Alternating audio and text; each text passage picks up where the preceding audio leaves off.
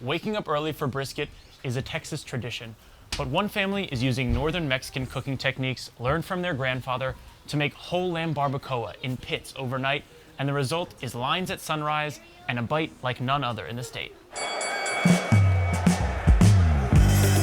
Today we're at El Grandpa Barbacoa, where one family cooks tradition every weekend.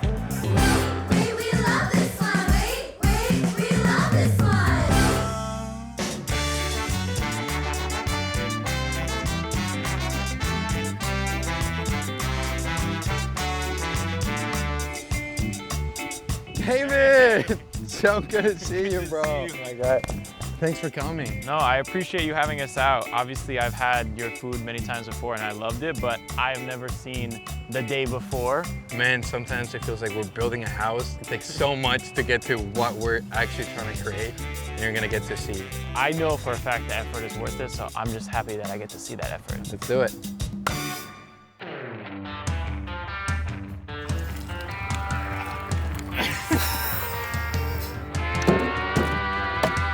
So David, what you gotta do is put them vertical.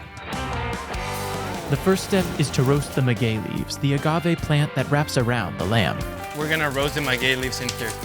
This is the maguey plant, and now what we gotta do, we're gonna put them a little bit on top, and then we're gonna throw them in the fire, and we're gonna do one by one.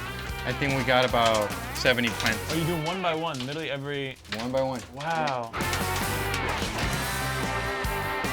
Once you start hearing the pop, the last step is to put them in the fire. We're releasing that juice. Pop, pop, pop, pop, pop. The smell is incredible. Good job, David. You're doing it on your own now. This is my dad, Javier. He learned from my grandpa. That's why it's called El Grandpa.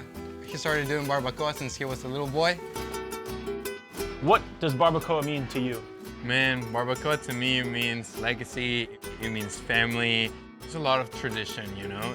In the summer, the temperatures in the trailer can reach well into the hundreds, but Emilio and his dad work through the heat. Barbacoa is a cooking technique. It's not really a type of meat. This is my personal hot take, you know? But barbacoa without this plant, it's like barbecue without the smoke. It's never gonna taste the same. We only marinate with salt, a little bit of garlic, but all the flavor is gonna come from the plant.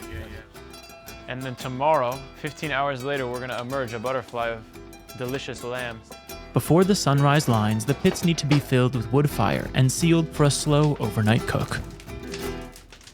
It's good to be out of the heat finally. I don't know how you do that every weekend, but I'm sure your customers, and I definitely appreciate the effort you guys put in. Tomorrow is gonna be your 2-year anniversary. We are so stoked. This is very cool because we have a big Hispanic community. Everybody comes here and it just feels like family, you know?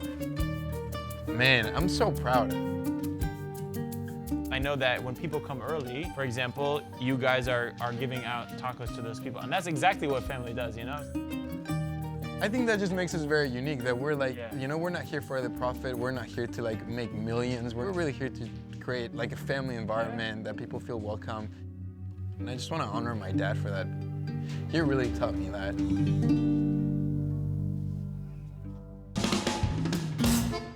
For those willing to wake before the sun and arrive at 7:30, a free taco pulled straight out of the pit is their reward. Por estar aquí en el Grandpa Barbacoa. Hoy es nuestro segundo aniversario, pero no por ser el segundo aniversario.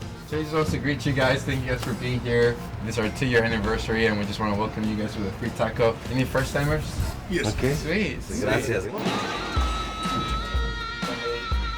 When my family made kebabs on Easter, my uncle would sneak me a piece off the grill, and El Grandpa serving tacos out of the pit feels just as familial. My time has come. This is the lamb barbacoa right out of the pit, the bite that people get if they come before 8 a.m. This is the shoulder. So tender, so much fat. You want to go in next? Basically what we just did is that we took out all the lambs that they cooked overnight for 15 hours. It fell completely apart. Now we're getting to the consommé. That's where we cook our beef head and our beef tongue. It's kind of hard to get it. Yeah, no way. Oh my god! Oh my god! The size of this beef head is alarming in a good way, The whole season we've been filming this, I've never been so surprised by anything. For me, something that's fascinating about this restaurant is it wasn't planned. Man, we were never trying to make a business. I'm in college, working at this Mexican restaurant, and my dad just wants barbacoa. Like the first time that he had it, he was like, it wasn't bad, but it was not the barbacoa that we know what barbacoa is, you know? Everybody in my family knows how to do barbacoa. My grandpa, he learned that recipe and he passed it to his kids. My dad started doing barbacoa since he was 7. I just told my dad, like, let's make it happen.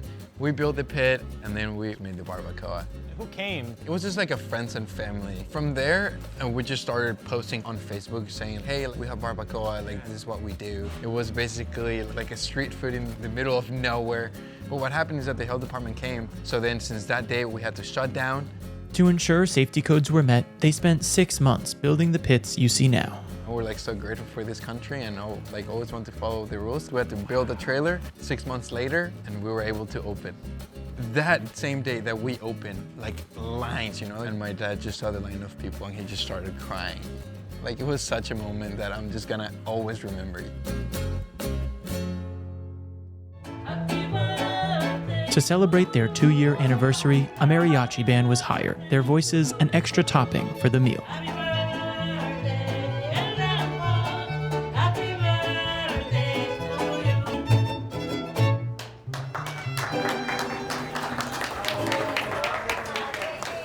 A few hours after opening, 5 whole lambs had been devoured, so it was time to open the second pit.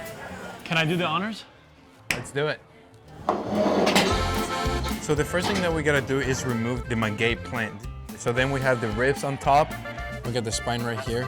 Oh my God, that is crazy. You can pull out the bones one by one, just like this. Like butter, mantequilla. Just a neck piece. Wow. The leg, this is the thickest. Let me find the shoulder. Last piece, we have the whole head. There you have it. We have 1 whole lamb in here and we have 4 more. So this is our lamb belly without the stomach. What we do here is that we wrap it in banana leaves. Underneath, we have this, our beef cheek. Now that the leaves are gone, what remains left in this pot? It's the consomme. So all the juice of the meat and all the juice of the plant is gonna go into the consomme. It's basically a mix of flavors. It has rice, garbanzo beans, onions, chile morita, chile guajillo, the beef head and the beef tongues.